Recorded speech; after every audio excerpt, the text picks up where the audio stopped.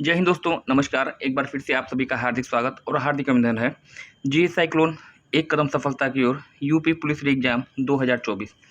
उम्मीद है कि आप सभी लोग अच्छे से होंगे। आप सभी की तैयारी जो है अंतिम अवस्था में होगी या लगभग पूरी हो चुकी होगी और आपका रिवीजन चल रहा होगा। आपकी रिवीजन को और ज़्यादा पुख्ता बनाने के लिए ये सीरीज आपकी चल रही है, जिसमें कि आपका आज होगा model paper set number 12। Channel पे पहली बार आए हैं, चैनल को सब्सक्राइब कर दीजिएगा, बेल आइकन को प्रेस कर दीजिए, क्योंकि ऐसे ही प्रतियोगी परीक्षाओं की दृष्टि से महत्वपूर्ण कंटेंट मैं आपको प्रोवाइड करता रहता हूं। आइए शुभारंभ करते हैं आज के सेशन का। 25 महत्वपूर्ण प्रश्न होंगे आज के लिए, और कापी पेन लेके बैठिएगा, क्योंकि प्रश्नों के उत्तर से ज़्यादा उनके ऑप्शन की व्याख्या महत्वपूर्ण होगी। जो चीज़ें आपको लगती हैं नहीं नोट करना है मत नोट करिएगा, लेकिन जो आपको इम्पोर्टेंट लगता है उसको आप नोट कर सकते हैं। चलिए आइए शुभारंभ करते हैं। प्रश्न संख्या 1 की अगर बात करिएगा तो यहाँ पे आपका दिया गया है, निम्नलिखित में से किस अधिवेशन की अध्यक्षता महात्मा गांधी जी के द्वारा की गई थी।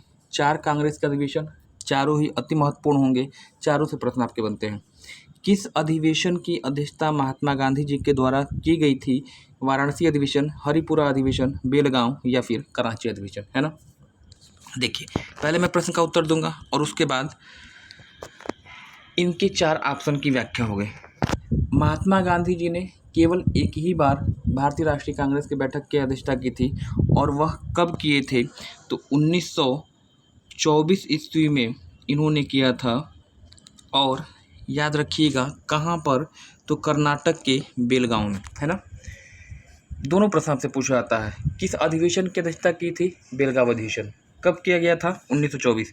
और कितने बार इन्होंने किया है, केवल एक बार, ठीक है ना। अच्छा, इसके अलावा जो अन्य महत्वपूर्ण ऑप्शन है, वाराणसी अधिवेशन, इसका जो है होता है अधिवेशन 1905 में, और महात्मा जी के यानी महात्मा गांधी जी के राजनीतिक गुरु गोपाल कृष्ण गोखले के द्वारा इसकी अध्यक्षता की जाती है। कराची अधिवेशन की बात करिएगा, कराची अधिवेशन सरदार वल्लभ भाई पटेल इनके द्वारा अध्यक्षता की गई थी। और यहीं पे अगर मैं आपसे बता दूं कि हरिपुरा अधिवेशन आपके लिए इम्पोर्टेंट होगा। हरिपुरा गुजरात का एक शहर, गुजरात में स्थित है। 1938 ईस्वी में जो है आपका हुआ था हरिपुरा अधिवेशन, और इसकी अध्यक्षता किसने की थी, तो नेताजी सुभाष चंद्र बोस। इसी अधिवेशन के बाद 1939 अधिवेशन में जो है 1939 में आपका मध्य प्रदेश के त्रिपुरी नामक स्थान पर अधिवेशन होता है कांग्रेस का। एक बार पुनः नेताजी सुभाष चंद्र बोस जो है उसमें चुने जाते हैं अध्यक्ष पद के लिए, लेकिन महात्मा गांधी जी इनको अध्यक्ष बनाए रखने के पक्ष में नहीं थे। पट्टाभी सीतारामैया को जो है उन्होंने अपना समर्थन दिया था, दुखी थे। बाद में इन्होंने अपनी अंतरात्मा की आवाज़ पर जो है इस अधिवेशन की अध्यक्षता को छोड़ दिया था। और यह भी आपसे पूछा जाता है कि इनके अध्यक्ष पद से त्यागपत्र देने के पश्चात किसने अध्यक्षता ग्रहण की थी, तो आप बताइएगा कौन थे, तो राजेंद्र प्रसाद। चलिए, प्रश्न संख्या अगर मैं यहाँ पे 2 की बात करता हूँ, किस अनुच्छेद के तहत भारत के नियंत्रक एवं महालेखा परीक्षक की नियुक्ति की जाती है। किस अनुच्छेद के तहत भारत के नियंत्रक एवं महालेखा परीक्षक की नियुक्ति की जाती है, तो अनुच्छेद 124 दिया है, अनुच्छेद 129 दिया है, अनुच्छेद 143 दिया है और अनुच्छेद 148 दिया है। उत्तर तो मैं आपको बता दूंगा, लेकिन चारों ही अनुच्छेद क्या है आपके इंपॉर्टेंट है। अगर मैं आपसे पूछूं कि किस अनुच्छेद के तहत जो है सर्वोच्च न्यायालय की स्थापना की गई है, आप बताएंगे अनुच्छेद 124। किस अनुच्छेद के तहत सुप्रीम कोर्ट को एक अभिलेख न्यायालय घोषित किया गया है, अनुच्छेद 129 बताइएगा। किस अनुच्छेद के तहत भारत के राष्ट्रपति को सुप्रीम कोर्ट से सलाह लेने का अधिकार है, तो आप बताएंगे 143। इस प्रश्न का जो उत्तर है, किस अनुच्छेद के तहत भारत के कैग की नियुक्ति होती है, नियंत्रक व महालेखा परीक्षक की नियुक्ति होती है, तो ऑप्शन हो जाएगा यहाँ पे राइट, अनुच्छेद 148, है ना। पहले मैं थोड़ा सा इस पॉइंटर का आकार में थोड़ा धीमा कर लूँ, कम कर लूँ, बहुत मोटा चल रहा है ना। चलिए, उम्मीद है कि अब सही रहेगा। चलिए, प्रश्न संख्या 3 की बात करिएगा। वर्ल्ड ज्योग्राफी से लिया गया क्वेश्चन पूछा गया कि अनातोलिया का पठार किस देश में स्थित है। जॉर्डन, इजराइल, तुर्की या फिर ऑस्ट्रेलिया। अनातोलिया का पठार, या इसी को आप एशिया माइनर का पठार कहते हैं, किस देश में स्थित है, तुर्की। और तुर्की की राजधानी वर्तमान में क्या है, अंकारा। तुर्की एक यूरोपीय देश, इसे आप यूरोप का रोगी भी कहते हैं, सिक मैन ऑफ यूरोप कहते हैं। जॉर्डन एशियाई देश है, जॉर्डन की राजधानी अम्मान, इजराइल, इजराइल भी एशियाई देश है। इजराइल की राजधानी अगर आपसे पूछा जाए तो आप बताएंगे। इजराइल की राजधानी क्या है भाई, कमेंट सेक्शन में कमेंट करिएगा। ऑस्ट्रेलिया, विश्व का 6वां सबसे बड़ा देश या कहिएगा सबसे छोटा महाद्वीप, राजधानी कैनबरा होगी। इजराइल की राजधानी आप मुझे कमेंट सेक्शन में कमेंट करेंगे। नेक्स्ट प्रश्न संख्या, अगर मैं यहाँ पे 4 की बात करता हूँ तो यहाँ पे आपका दिया गया कि तमिलनाडु में होने वाले का कारण है। अब देखिए यहाँ पे कुछ मिसटाइपिंग है। तमिलनाडु में होने वाली वर्षा का कारण क्या है, ये आपसे पूछा गया, मुझे यहाँ तो लगता है। हाँ, तमिलनाडु में होने वाले वर्षा का कारण क्या है? शीत ऋतु में यहाँ बारिश होती है। भारत का एकमात्र ऐसा राज्य जहाँ पे शीत ऋतु में बारिश होती है। और यहाँ पे बारिश होने का कारण क्या है, आप बता दीजिएगा। उत्तर पश्चिमी मानसून, उत्तर पूर्वी मानसून, या इसी को आप लौटता हुआ मानसून कहते हैं। बहुत ही इंपॉर्टेंट टॉपिक है, यहाँ से प्रश्न आपका हमेशा बनता है। पूछेगा किस राज्य में शीतकाल में बारिश होती है? तमिलनाडु। किस राज्य में उत्तर पूर्वी मानसून से बारिश होती है? तमिलनाडु। किस राज्य में लौटते मानसून से बारिश होती है? उसका भी उत्तर है तमिलनाडु, पहली चीज़। दूसरी चीज़ कहेगा कि शीतकाल में भारत के उत्तर पश्चिमी क्षेत्र में किस कारण बारिश होती है? वेस्टर्न डिजास्टर बताइएगा। और साथ ही साथ बताइएगा कि मैक्सिमम बारिश किस मानसून से होती है? दक्षिण पश्चिम मानसून, जिसे आप मानसून का आना कहते हैं, है ना। इसके पश्चात अगर हम बात कर लें, यहाँ पे 5 की इतिहास का लिया गया क्वेश्चन, सिंधुकालीन सभ्यता का स्थल मोहनजोदड़ो किस नदी के किनारे पे स्थित है, पूछा गया है। चिनाब दिया है, रावी दिया है, सिंधु दिया है, या फिर इनमें से कोई नहीं दिया है। तो यहाँ पे जो उत्तर आपका होना चाहिए पाकिस्तान में है, और इसे मृतकों का टीला भी कहते हैं। किस नदी के किनारे पे स्थित है? आपका उत्तर होगा सिंधु, है ना। चिनाब, रावी किनारे आपका लाहौर हो जाएगा। नेक्स्ट प्रश्न संख्या, अगर मैं यहाँ पे देखिए भारत में ग्रीष्मकालीन मानसून की सामान्य दिशा क्या होती है? देखिए मानसून से एक और क्वेश्चन आपका, साल में मानसून की दिशा क्या होती है, ये आपसे पूछा गया है। उत्तर पूर्व से दक्षिण पश्चिम गलत होगा, पश्चिम से पूरब गलत होगा, दक्षिण पश्चिम से उत्तर पूर्व सही होगा, और सी ऑप्शन यहाँ पे मुझे मिल गया है। तो इससे आगे बढ़ने कोई मतलब ही नहीं है। भारत में जो ग्रीष्मकालीन बारिश होती है अरब सागर से पानी ग्रहण करती है, और पश्चिमी तट पर जो है क्या करती है, घनघोर बारिश करती है। अगर मैं भारत का एक ऐसे मैप ड्रा कर लेता हूँ तो सामान्य तौर पे जो ग्रीष्मकालीन मानसून जो है दक्षिण पश्चिम से चलता है, किधर? उत्तर पूर्व की तरफ, है ना। अरब सागर से चाइना की तरफ जाता है, और ये आपकी सामान्य दिशा होती है। और शीतकाल में यही मानसून आपका लौटता है उत्तर पूर्व से दक्षिण पश्चिम की तरफ। प्रश्न संख्या अगर मैं 7 की बात कर लूँ तो यहाँ पे दिया गया कि बर्फ़ से ढकी झील घेपन स्थित है। बर्फ़ से ढकी झील को घेपन कहा जाता है, कहाँ पर स्थित है? तो जो इसका उत्तर आपका हो जाएगा ऑप्शन सी हो जाएगा, हिमाचल प्रदेश में। नेक्स्ट प्रश्न संख्या 8 की बात करें, निम्नलिखित में से कौन सुमेलित है? हेलियोसेंट्रिक थ्योरी कोपर्निकस दिया है, जियोसेंट्रिक थ्योरी अरस्तु दिया है, ग्रहों गति संबंधित नियम जोहान केपलर को दिया है। ऑप्शन डी यहाँ पे होगा राइट, उपयुक्त सभी सुमेलित होगा, D is the right answer. 9 की बात करिएगा, निम्नलिखित में से कौन सी नदी ज्वारनदमुख नहीं बनाती है? जो पश्चिम की ओर बहेगी ज्वारनदमुख बनाएगी, जो पूरब की ओर बहेगी ज्वारनदमुख नहीं बनाएगी। सिंपल सा फंडा है। और इसमें कौन सी बंगाल की खाड़ी में गिरती है? तो गोदावरी गिरती है। ऑप्शन देखने की ज़रूरत ही नहीं है। नर्मदा और ताप्ती समेत जितनी भी नदियाँ अरब सागर में गिरेंगी सब के सब ज्वारनदमुख यानी एस्चुरी बनाती हैं। गोदावरी, कृष्णा, कावेरी, ये सभी नदियाँ ऐसी बंगाल की खाड़ी में गिरती हैं और क्या बनाएंगी? तो डेल्टा का निर्माण करती हैं। प्रश्न संख्या 10 को देख लीजिए, निम्नलिखित में से कौन सा कोशिकांग प्रोटीन के संश्लेषण में सहायक नहीं है? सहायक है पूछा गया है। कौन सा कोशिकांग प्रोटीन संश्लेषण करता है?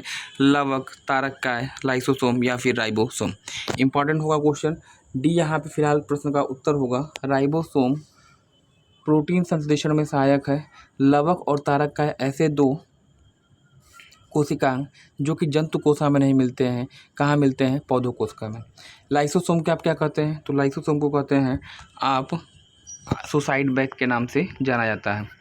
प्रश्न संख्या अगर मैं यहाँ पे 11 की बात करें, रामसर नामक स्थान किस देश में स्थित है पूछा गया है? सोवियत संघ, कनाडा, संयुक्त राज्य अमेरिका या फिर ईरान। तो रामसर कहाँ पड़ता है? ऑप्शन डी 1971, याद रखिएगा 1971, और डेट आपकी है 2 फरवरी, है ना। 2 फरवरी 1971 को आपका होता है एक सम्मेलन ईरान के रामसर नामक स्थान पर, और उद्देश्य इसका क्या था? आर्द्र भूमियों का संरक्षण। चूँकि आर्द्र भूमियाँ जैव विविधता का केंद्र मानी जाती हैं और जैव विविधता को बचाने के लिए इनका संरक्षण आवश्यक था, तो रामसर सम्मेलन पूछा जाता है कब हुआ था? 1971। कहाँ पर? ईरान में, यानी रामसर नामक स्थान पे। और 2 फरवरी को कौन सा दिवस मनाया जाता है? तो आप बताएंगे विश्व आर्द्र भूमि दिवस। ठीक है ना। प्रश्न संख्या 12 की एक बात करिएगा, तो यहाँ पे दिया गया कि निम्नलिखित में से कौन सा जिला सर्वाधिक अन्य राज्यों की सीमाओं से टच करता है?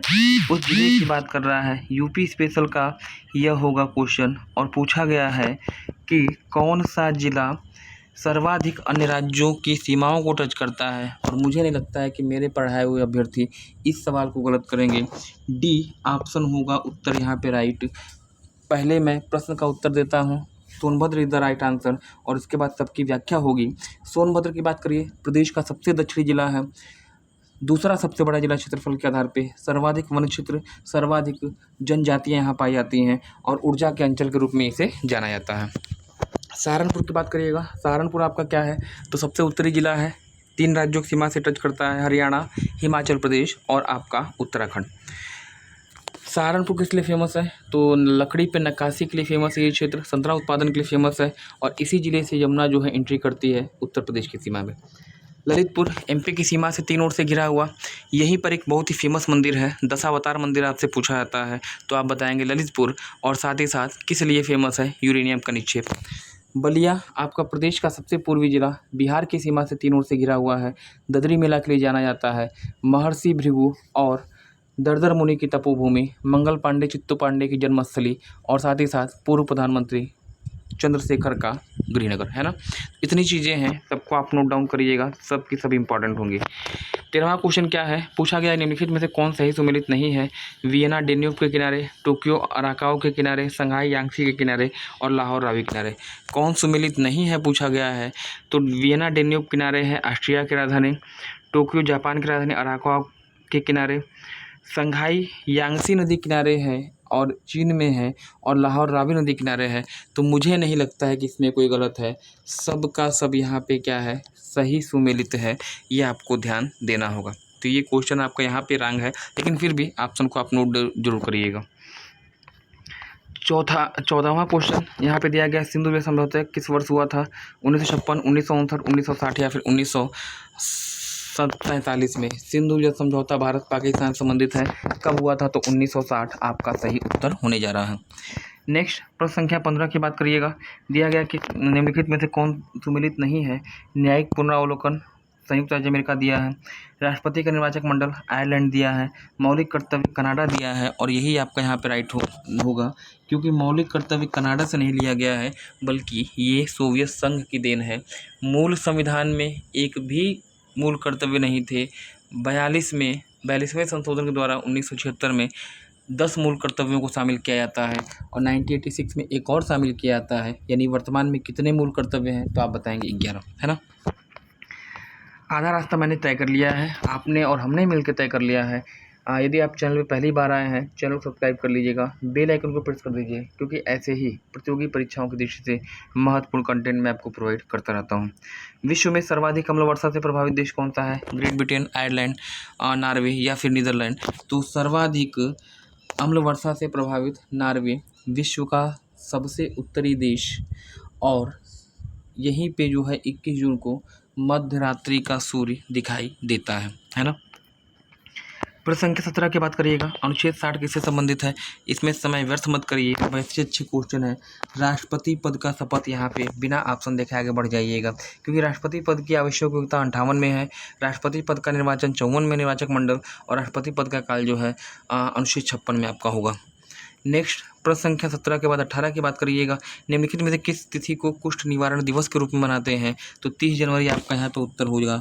क्या 30 जनवरी कहीं आपको दिखाई दे रहा है?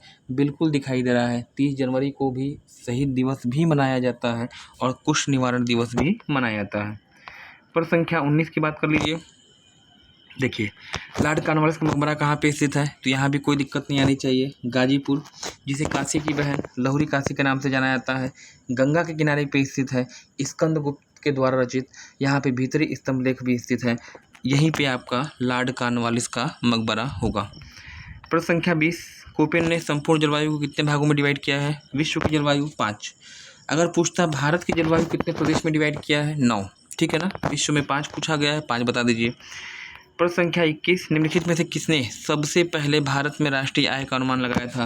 नो डाउट दादा भाई नौरोजी आपका सही उत्तर होने जा रहा है। वयोवृद्ध पुरुष, grand old man of India, house of Commons में चुने जाने वाले पहले व्यक्ति, और साथ ही साथ 3 बार इन्होंने जो है क्या किया था, कांग्रेस का अधिष्ठा किया था।